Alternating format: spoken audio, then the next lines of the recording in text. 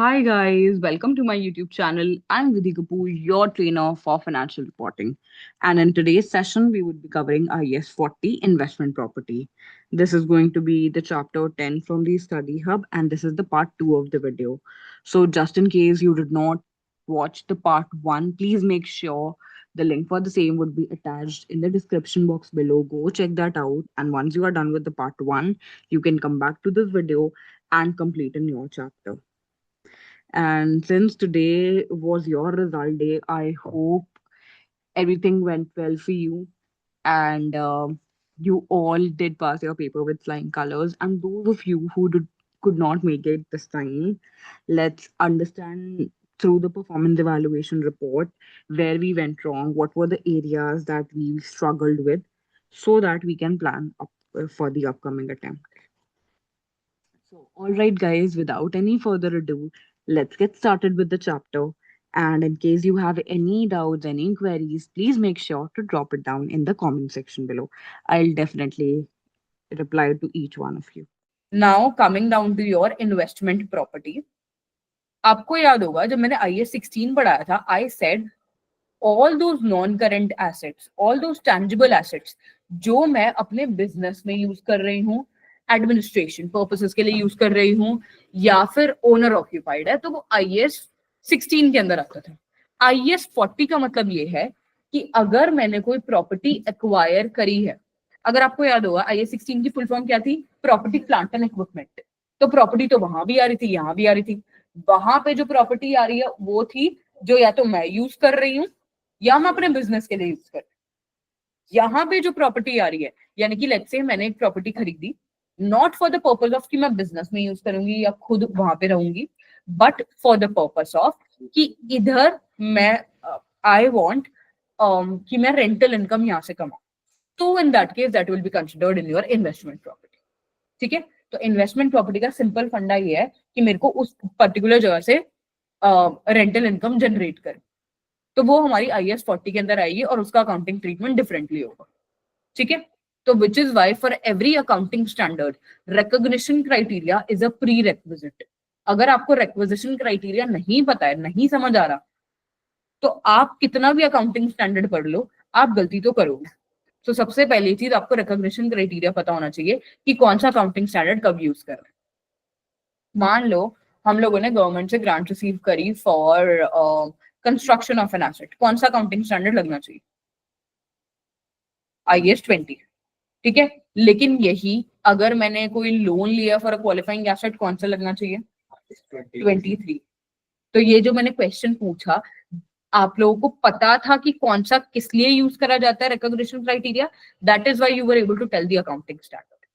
तो ये चीज मस्ट है for FR paper for you to know it. अगर आपको ये भी नहीं पता तो नहीं हो पाएगा पेपर क्लियर. तो अगर आपको यहाँ पे कोई भी कंफ्यूजन आ रही है with regard to the recognition criteria, please make sure you come and let me know and I will explain it to you again, या फिर आप रिकॉर्डिंग्स देख सकते हो. Everything is available on the LMS portal. But ये दिमाग में बिल्कुल फीड होना चाहिए when you are going for the paper. ठीक है, और यही अगर आपकी स्ट्रैटेजी यहाँ पर क्लियर है ना, ऑडिट का पेपर आपको कंपैरेटिवली आसान लगेगा दैन अदर स्टूडेंट्स. इसके बाद जब आप ऑडिट दोगे, आपको चीजें ज्यादा अच्छे से समझ आएगी. IP is basically investment property.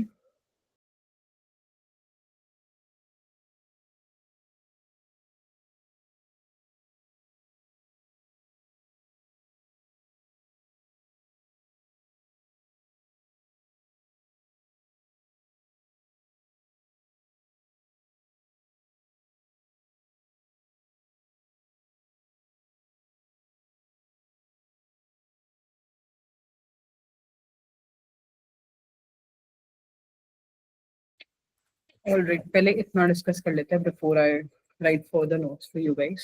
So basically यहाँ पर हम लोगों ने बात करी कि इन्वेस्टमेंट प्रॉपर्टी का मतलब ये होता है कि अगर मैं कोई भी लैंड एंड बिल्डिंग एक्वायर कर रही हूँ with the purpose of that I want to earn rental income out of the same, या फिर मैं कैपिटल अप्रिसिएशन. जैसे मान लो अभी इस पॉइंट इन टाइम पे अगर आप गुड़गांव से आगे सोना साइड या वहां पर भी कोई भी लैंड लोगे, इस पॉइंट इन टाइम पे वो स्टिल आपको कंपेरेटिवली चीपर रेट्स पे मिल जाएगी. लेकिन यही फ्यूचर में you know there is a very high growth perspective कि आपकी लैंड जो है उसके प्राइसेस और बढ़ेंगे।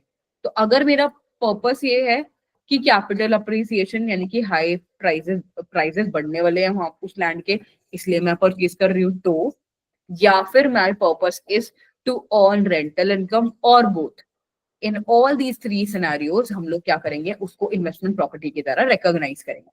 तो अब मैंने नीचे कुछ एग्जांपल्स दिए हैं, उसके बेसिस पे you all have to tell me कि कौन सा अकाउंटिंग स्टैंडर्ड हमें यूज करना चाहिए। अगर मान लो प्रॉपर्टी मैंने खरीदी है, मेरा नॉर्मल काम ही प्रॉपर्टी बेचना है, प्रॉपर्टी खरीदी बेची, तो इस टाइम पे मेरी प्रॉपर्टी क्या है मेरे लिए, इन्वेंट्री है। जैसे अगर हम लोग कोई गुड्स एंड सर्विसेज बेचते हैं, सिमिलरली मैं प्रॉपर्टी खरीदूंगी, प्रॉपर्टी बेचूंगी, खरीदूंगी बेचूंगी, तो यहाँ पर प्रॉपर्टी मेरे लिए इन्वेंट्री है। तो इन्वेंट्री के लिए हमारे पास कौन सा अकाउंटिंग स्टैंडर्ड होता है, IAS 2, inventory will be applicable. ठीक है, लेकिन यही अगर मैंने प्रॉपर्टी ली है अपने बिजनेस में यूज करने के लिए, तो कौन सा अकाउंटिंग स्टैंडर्ड यूज करना चाहिए, IAS 16 PPE। लेकिन यही अगर मैंने कंस्ट्रक्शन करी है, किसी और के लिए मैं प्रॉपर्टी बना रही हूं, देन इन दैट केस किस में जाना चाहिए, I am constructing a property for a third party, तो इन दैट केस मेरी बुक्स में तो वो सेल्स रिकॉर्ड होगा ना, IFRS 5 नहीं होता, सेल्स के लिए होता है IFRS 15, ये अभी मैंने आप लोगों को पढ़ाना है। अगर हम लोग कंस्ट्रक्ट कर रहे हैं कोई भी प्रॉपर्टी किसी थर्ड पार्टी के लिए, तो मेरी बुक्स में ये सेल्स है, तो सेल्स हम लोग कैसे रिकॉर्ड करते हैं, एज पर IFRS 15, that's a separate standard that I will teach you later. ठीक है, नेक्स्ट है, हमने प्रॉपर्टी कंस्ट्रक्ट कर रहे हैं, लेकिन फ्यूचर में मैं उसको यूज करने वाली हूँ जो प्रॉपर्टी कंस्ट्रक्ट, तो फिर वापस से IAS 16 PPE अप्लाई हो जाएगा। लेकिन यही अगर मैं कंस्ट्रक्ट कर रही हूँ, लेकिन फ्यूचर में वो इन्वेस्टमेंट प्रॉपर्टी होने वाली है मेरे, तो वापस से IAS 40 इन्वेस्टमेंट प्रॉपर्टी अप्लाई हो जाएगा। So there can be instances where you yourself have to take a decision which accounting standard is applicable. तो आपको जब तक recognition criteria ये सब चीजें नहीं पता होंगी, you might not be able to do so. ठीक है, इतनी बात समझ आई। Now sometimes it may also happen कि अगर मेरे पास कोई प्रॉपर्टी है, उसके हम ड्यूअल यूज कर रहे हैं। फॉर एग्जाम्पल, आधा पार्ट मैंने अपने बिजनेस के लिए यूज करा, आधा पार्ट मैंने जो है उसको रेंट पे चढ़ा दिया। होता है ऐसा, आजकल आपने देखा होगा आधे घर में ओनर खुद रह रहा होता है और एक फ्लोर वो चढ़ाता है रेंट पे। तो अब पूरी बिल्डिंग पे कौन सा अकाउंटिंग स्टैंडर्ड एप्लीकेबल हो, ये चीज का भी तो डिसीजन लेना पड़ेगा। तो अब the next part that we are going to do, I am first writing the notes for you guys, is going to be this itself, कि हम लोग किस तरीके से उसको रिकॉर्ड करने वाले। एक सेकेंड दे दो बस मेरे को।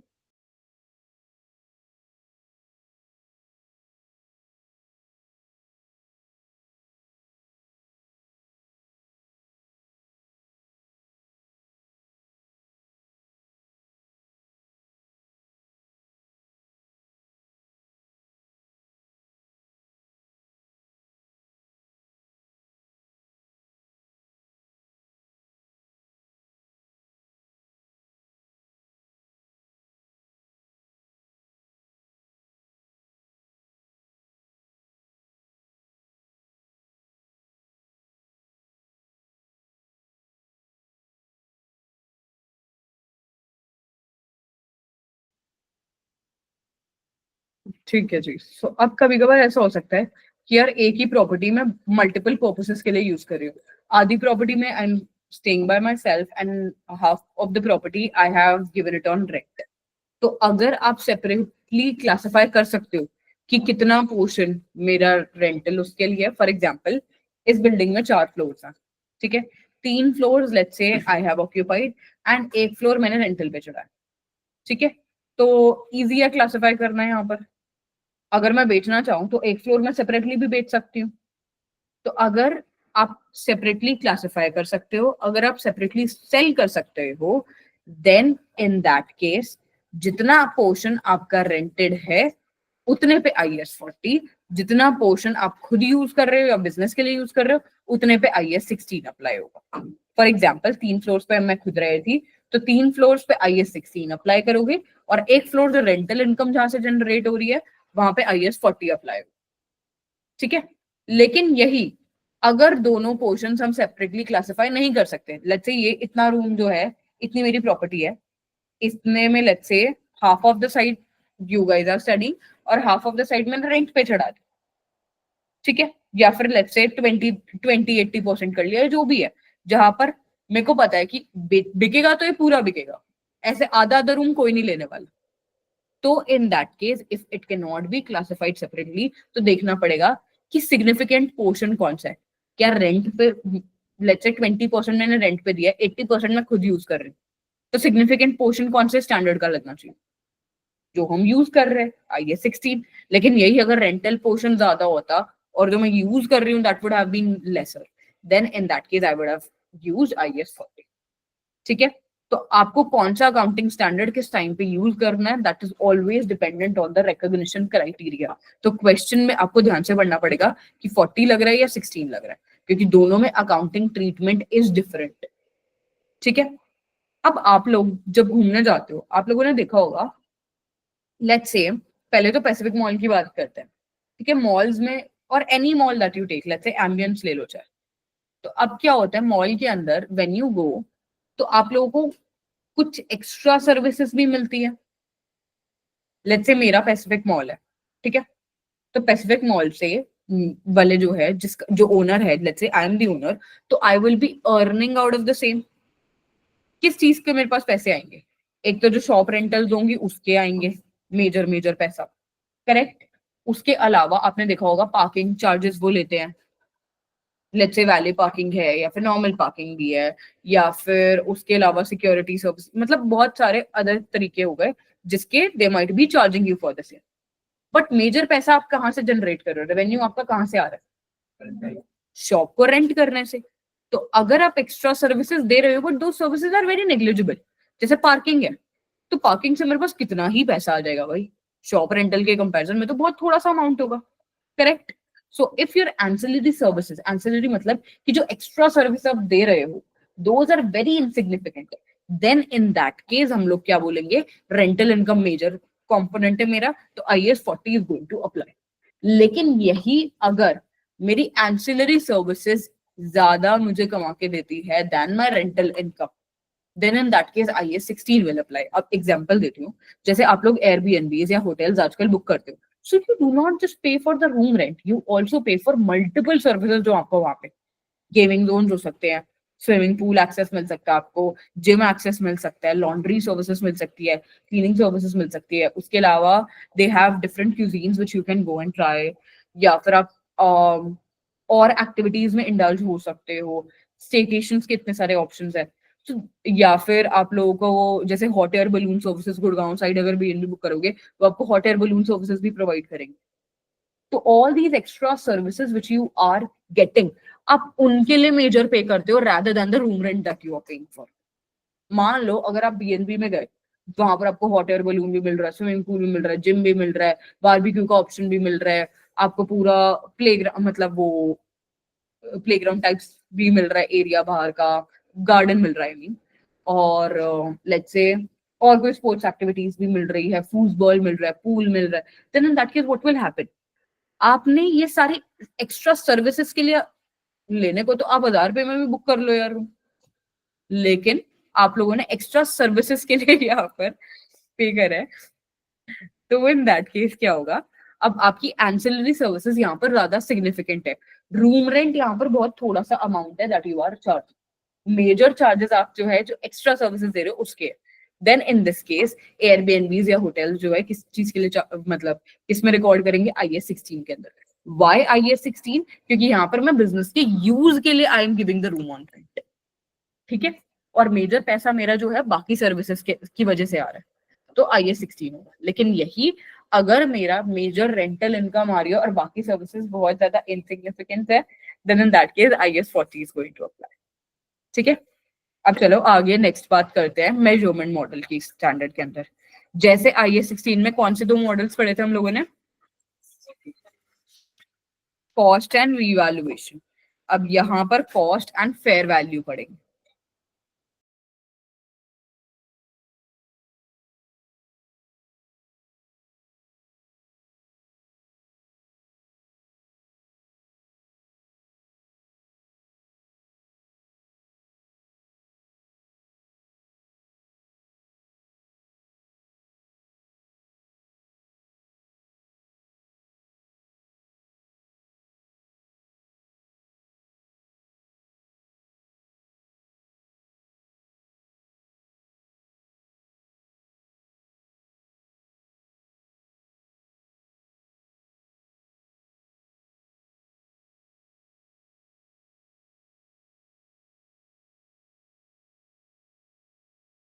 Guys, done up till here. Shall we discuss? So let's do the ancillary services part again and then we'll continue further. So ancillary services का मतलब ये होता है अगर हम लोग जो भी let's say property को rent पे चढ़ाने के अलावा if there is any extra services which I am providing. Let's say if we take an example of a mall.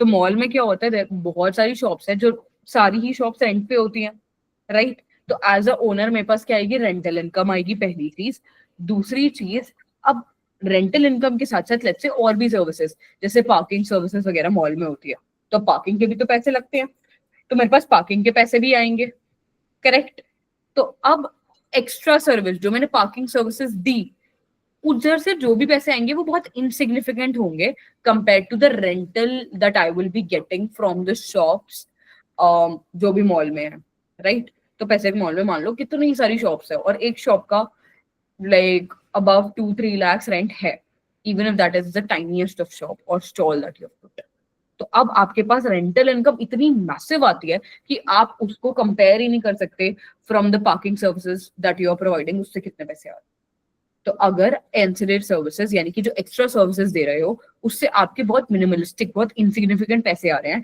Compare to the rental income then in that case आपका पूरी property पे IAS 40 ही apply होगा लेकिन जो मैंने Airbnb का example दिया कि एक्स्ट्रा सर्विसेज जो आप दे रहे हो उसकी वजह से आप बहुत प्रीमियम प्राइसेस चार्ज कर पा रहे हो लेट्स से आपने कोई बीएनबी बुक करा जहां पर आपको pool services gaming zones let's say VR भी आपको मिल गया देन अदर स्पोर्ट्स एक्टिविटीज वगैरह कुछ ना कुछ एक्स्ट्रा सर्विसेज मिल गई तो वो रूम रेंट बहुत मिनिमलिस्टिक होगा रूम रेंट 1000 1500 2000 2500 उससे ऊपर क्या ही हो जाएगा लेकिन बाकी सर्विसेज की वजह से यू पे देम प्रॉब्ली 10,000 और 15,000 a डे जैसे आपने farm house let's say book करा तो फार्म हाउस में रूम रेंट तो उतना ही रहता है लेकिन जो बाकी बारबेक्यू या फिर आपको गार्डन एरिया पूल या फिर और 100 चीजें जो आपको दे देते हैं एक्स्ट्रा सर्विसेज उसकी वजह से they are able to charge a premium price from Now, in this case, since room rent is insignificant और ancillary services यानी कि जो extra services है वो आपकी major है, then in that case, what is going to happen over here?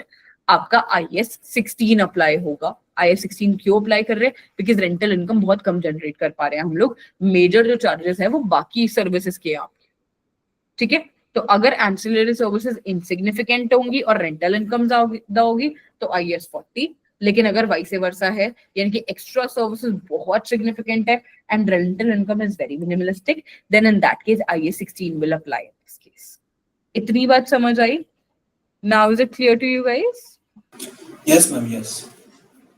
all right next thing that I have over here for you all is measurement models अब जो भी अकाउंटिंग स्टैंडर्ड जैसे IAS 16 पढ़ा था वहां पर हमने दो मॉडल्स पढ़े थे कॉस्ट और रिवैल्यूएशन यहाँ पर कॉस्ट और फेयर वैल्यू लिखा है I have a quick question क्या कॉस्ट और रिवैल्यूएशन मॉडल सेम होते हैं क्यों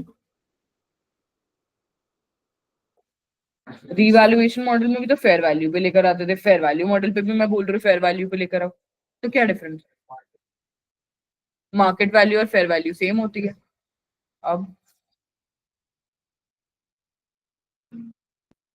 बताओ रिवैल्यूएशन मॉडल पे ही मैंने सिखाया था फेयर वैल्यू पे लेकर आना है फेयर वैल्यू का मतलब है मार्केट वैल्यू पे लेकर आना है Same cheese I am asking you here, but I did not use the word revaluation model. I used the word fair value model.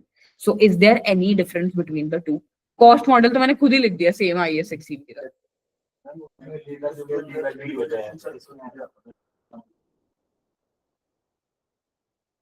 Okay. होगा. अभी आपने क्वेश्चन का करा होता है रिवैल्यू रिवैल्यू. नहीं है पर उसमें डेफिनेटली बहुत डिवाइस डेप्रिसिएशन ये सब आप मॉडल के अंदर देखकर बता रहे हो लेकिन एक्चुअल में कुछ logically there is a huge difference between the two वो अपन ओनर ऑक्युपाइड और अपन ये रेंट पे अच्छा तो मुझे मतलब कि वो ओनर ऑक्युपाइड और ये रेंटल है इसलिए डिफरेंट है ये that's what you mean okay अगर देखो आई वुड से जब आप लोग एसबीआर पे ही पहुंच जाओगे ना, जिन्होंने ये चीज नहीं देखी वो हमेशा बोलेंगे कि हाँ एट द एंड तो सेम ही दिख रहा है, ठीक है इसमें डेप्रिसिएशन नहीं लग रहा है, ये सब डिफरेंस थोड़ी है, ये तो मॉडल का अकाउंटिंग ट्रीटमेंट है। लेकिन model, why am I not using the word revaluation model in here? अगर आपको याद होगा, क्या हर साल हम लोग रिवैल्यूएशन करते थे? When were we supposed to do revaluation model? whenever there was a material change, right? तो जब भी आपकी वैल्यू लेट्स से 100 से 100.1 हो रही है, बहुत नेग्लिजिबल है, आपको चेंज करने की जरूरत नहीं है, लेकिन 100 से 120 मिलियन हो रही है, तो 20 मिलियन का फर्क आया आपके एसेट की वैल्यू पे, आपको तब रिवैल्यू करना पड़ेगा, चाहे फिर वो ईयर के बीच में हो, चाहे फिर वो 2 साल बाद हो, चाहे फिर वो 5 साल बाद, it does not matter. whenever there's a material change we used to change the value of the asset, यानी कि एसेट को हम लोग उसकी फेयर वैल्यू यानी कि मार्केट प्राइस पे लेके आते थे। Second चीज that I have is fair value model. As per fair value model का मतलब भी यही है, मार्केट प्राइस पे लेकर आओ। इसमें भी मार्केट प्राइस यानी कि फेयर वैल्यू पे लेकर आ रहे हैं, यहाँ पर भी सेम चीज कर रहे हैं, मार्केट प्राइस और फेयर वैल्यू पे लेकर आ रहे हैं। But the only difference between the two is fair value पे लाने का मतलब ये होता है कि एवरी ईयर एंड, चाहे फिर वो इतना सा भी 0.1 का भी डिफरेंस हो, आपको वैल्यू चेंज करनी ही पड़ेगी। तो इसी वजह से यहाँ पर मैंने रिवैल्यूएशन मॉडल का नाम नहीं यूज करा, I use the word fair value. Fair value का मतलब कि आपको हर ईयर एंड पे at every single reporting date you are suppose to bring the asset to its revised value, and revised value here means your market price और your fair value.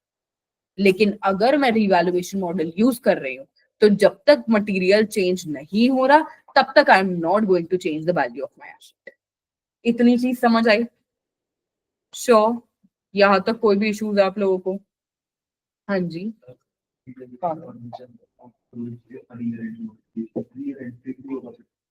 Fair value वाले पे yes, every year correct. उसके अंदर जब आपका material change लगा आपको, चाहे वो साल के बीच में लग रहा है, ईयर एंड पे लग रहा है, 2 साल बाद लग रहा है, तब आप करो। यहाँ पर हर ईयर एंड मैंडेटरी है, आपको करना ही पड़ेगा, उसकी मार्केट वैल्यू पे लेकर ही आना पड़ेगा, and that is the only difference between the two models. ठीक है, ये डेप्थ वेप वगैरह का जो फंडा है वो बाद में I will tell you what it is, but model में ये डिफरेंस है। इतनी बात समझ आई? तो IAS 16 के अंदर 2 मॉडल्स जो लगते थे वो कौन थे? कॉस्ट और रिवैल्यूएशन। यहाँ पर कॉस्ट और फेयर वैल्यू मॉडल अप्लाई करेंगे। ठीक है, अब बात आती है फेयर वैल्यू मॉडल का मतलब क्या है। पहली चीज तो फेयर वैल्यू यानी कि जो मार्केट प्राइस है उस पे लेकर आओ। दूसरी चीज रीवैल्यूएशन मॉडल के अंदर, as one of you mentioned also, कि एसेट रीवैल्यू या डीवैल्यू जब भी होता था, रीवैल्यू होता था कहाँ लेके जाते थे? Revaluation surplus. डीवैल्यू होता था एसेट तो कहाँ लेके जाते थे? P&L। लेकिन सेम चीज जब भी फेयर वैल्यू मॉडल में चेंजेस आ रहे हैं, सारे के सारे चेंजेस चाहे इंक्रीज है चाहे डिक्रीज है, every single thing will be taken to your profit and loss account. ठीक है, यहाँ कोई भी रिवैल्यूएशन सरप्लस, इतना अमाउंट बैलेंस एग्जिस्ट कर रहा है तो उसमें से कैंसिल ऑफ करो, ये सारे केसेस ही आपके हट गए। यहाँ पर सीधा सिंपल क्लियर रूल है, every single year whatever is the fair value changes, whether it is increase or decrease, every single thing will be taken to your profit and loss account. But अब एक बात बताओ, asset की value कम हो रही है, बढ़ रही है, मैं तो एसेट को मार्केट प्राइस पे रिकॉर्ड कर रही हूँ, जो उसकी एक्चुअल में वैल्यू है उतने पे रिकॉर्ड कर रही हूँ, तो इस केस में कोई डेप्रिसिएशन नहीं लगेगा। क्यों? क्योंकि ऑटोमेटिकली अगर मेरे price value of the asset गिर रही होगी तो वो तो फेयर वैल्यू चेंजेस के अंदर रिफ्लेक्ट हो गया और वो P&L में चार्ज भी हो गया। तो अगर मैं डेप्रिसिएशन अलग से चार्ज करती हूँ तो डबल काउंटिंग हो जाएगी। So which is why what we do over here is, सारे fair value changes whether it is increase और decrease, since everything is taken to your profit and loss account और asset को हम लोग उसकी current value पे ही record कर रहे हैं, तो इस चक्कर में हम लोग कोई भी डेप्रिसिएशन फेयर वैल्यू मॉडल के अंदर नहीं चार्ज करेंगे। ठीक है, I will repeat it again, जब भी हम लोग अपने एसेट को रिकॉग्नाइज करते हैं, accounting standard is never a rule book, it's a choice given to you कि आप अपने एसेट को किस तरीके से रिकॉर्ड करोगे। तो अब आपके पास 2 चॉइसेस है, either to record it on a cost model और record it on a fair value model. Cost model में तो सेम है, कॉस्ट पे रिकॉर्ड करो, डिप्रिशिएट करो एसेट को। लेकिन अगर मैं मार्केट वैल्यू पे रिकॉर्ड कर रही हूँ, यानी कि फेयर वैल्यू पे रिकॉर्ड कर रही हूँ, तो हर साल I have to bring the asset to its revised value. Increase हो रहा है तो भी पीएनएल, डिक्रीज हो रहा है तो भी पीएनएल। तो अगर मैं एसेट को उसकी करंट वैल्यू पे रिकॉर्ड कर रही हूँ ऑलरेडी, तो यानी कि यहाँ पर कुछ वेर एंड टेयर वगैरह वाला जो भी, मतलब अगर कम हो भी रही होगी तो वो फेयर वैल्यू में चेंज आ चुका होगा, करेक्ट। तो इसी वजह से यहाँ पर कोई भी डेप्रिसिएशन आपका चार्ज नहीं होगा। एंड सॉरी, तो यहाँ पे हम जो भी चेंज है हम सीधा डायरेक्ट एसओपीएल में लेके ही जा रहे हैं, तो अनरिकॉग्नाइज्ड गेन नहीं है। एसओपीएल के अंदर क्यों लेकर जा रहे हैं?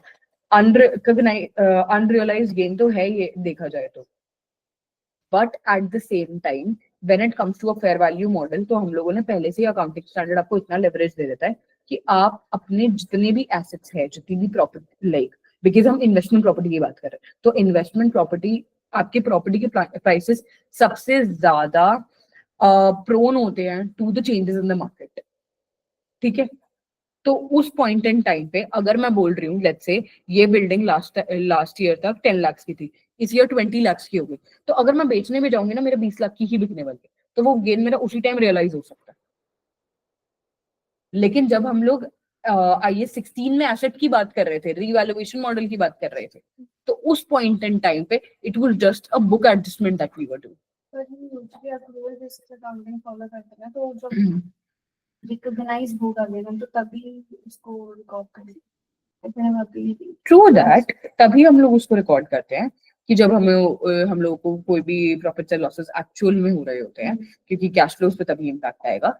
बट इस पॉइंट इन टाइम पे since property is one such thing जिसको बेचना या खरीदना मार्केट के अंदर, like if it is at a good location, let's say CP है, तो सीपी में आपको भी पता है कितने प्रीमियम प्राइसेस है, बहुत छोटी सी मतलब एरिया के भी आपको बहुत हाई रेंटल्स पे करने पड़ते हैं। तो in this case since you are more prone to, अगर आपका कोई भी एसेट है आप उसको उसी टाइम पे रियलाइज कर सकते हो गेन को, so which is why accounting standard इतनी लिवरेज दे रहा है कि आप उसको पीएनएल में रियलाइज कर, रिकॉर्ड कर लो। जब एसेट बिकेगा, नहीं जितने का भी बिकेगा, उस टाइम पे जो भी प्रॉफिट लॉसेस होंगे वो दोबारा अलग से रिकॉर्ड कर ले। डुअल अकाउंटिंग की होगी, हम पहले ही अपनी इनकम रिकॉग्नाइज कर रहे हैं, और लेटर ऑन वापस से जब हम एक्चुअल में उसको बेचेंगे, हमारे पास एक्चुअल में हमारे पास जो कैश आएगा, जो इनकम आएगी, मैंने मॉडल उसको रिकॉर्ड किया। तो आप जब एसेट को बेचोगे तो आप उसको उसकी ऑलरेडी मार्केट वैल्यू के ऊपर लेकर आ रखे होगे। अब एसेट मान लो, एसेट की मार्केट वैल्यू है 1 CR, ठीक है। जब आप प्रॉपर्टी को, आपको बहुत ज्यादा जरूरत थी, तो आपको ये था अर्जेंटली प्रॉपर्टी जो बायर आएगा मैं उसको बेच दूंगा, तो आपने 80 लाख की बेच दी। तो अब ये 20 लाख का जो आपको नुकसान हुआ वो तो आप पीएनएल में उसी टाइम पे रिकॉग्नाइज करोगे ना।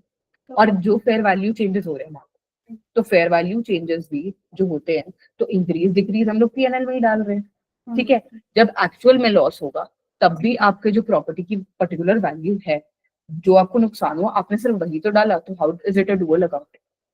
डुअल अकाउंटिंग का मतलब ये होता है कि जैसे मैंने आपको डेप्रिसिएशन वाला एग्जांपल दिया कि आपकी एसेट की वैल्यू कम हो रही है, तो आप ऑलरेडी रिकॉर्ड कर चुके हो, अगर आप वापस से डेप्रिशिएट करोगे तो आपने 2 बार डुअल अकाउंटिंग वहां पर होती है, ठीक है।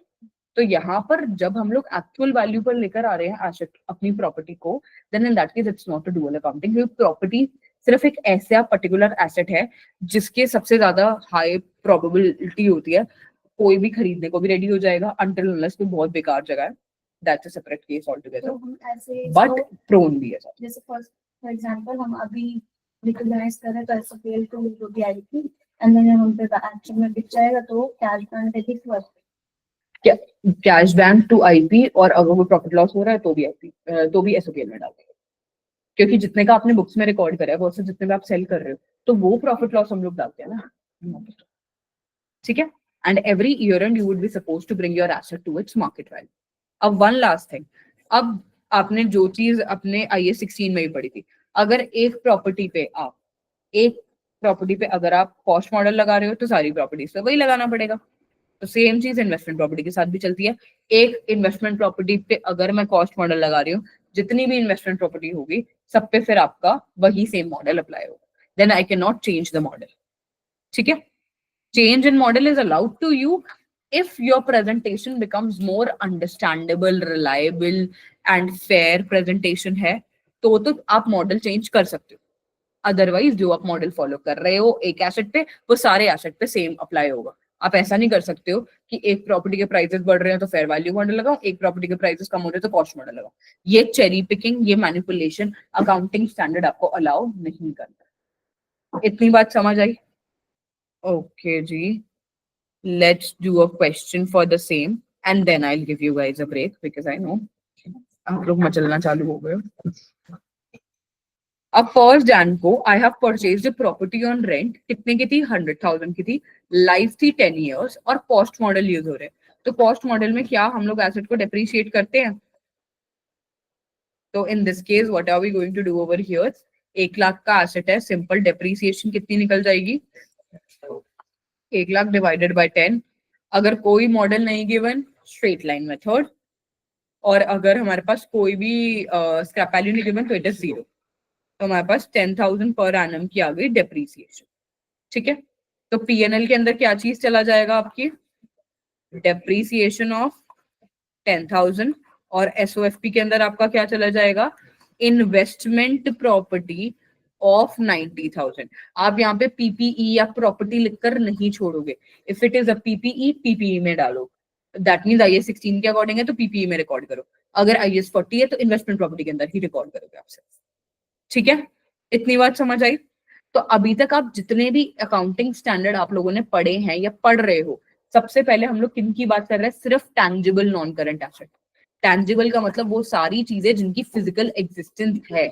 इनटैंजिबल्स मैंने अभी तक स्टार्ट भी नहीं करा, सारे के सारे 500, and this is the 6th one accounting standard that I am doing. All of this is related to your tangible assets. ठीक है, इतनी बात समझ आई? श्योर? हाँ जी, पॉसिबल है कि पीपी में हम कॉस्ट मॉडल यूज करें और इसमें इन्वेस्टमेंट हाँ कर लो। लेकिन अगर आपने एक इन्वेस्टमेंट प्रॉपर्टी पे कॉस्ट मॉडल यूज करा है और दूसरी पे फेयर वैल्यू, वो अलाउड नहीं है। लेकिन अगर आपको पीपीई में कॉस्ट मॉडल और इन्वेस्टमेंट प्रॉपर्टी में फेयर वैल्यू मॉडल लगाना है, बिल्कुल आराम से, कोई इशू नहीं। ठीक है, और अगर आपने पीपीई वाली आइटम आईपी में दिखाई या आईपी वाली आइटम पीपीई में दिखाई, तो आपका आंसर वहीं पे गलत हो जाएगा। तो थोड़ा सा ध्यान से आपको रिकॉर्ड करना पड़ेगा। ठीक है, क्योंकि accounting treatment is different over here. ठीक है, Hi guys, I hope you did enjoy the session, and if you did, please make sure to like, share and subscribe to my channel. Thank you. I'll see you in the next one. Bye bye.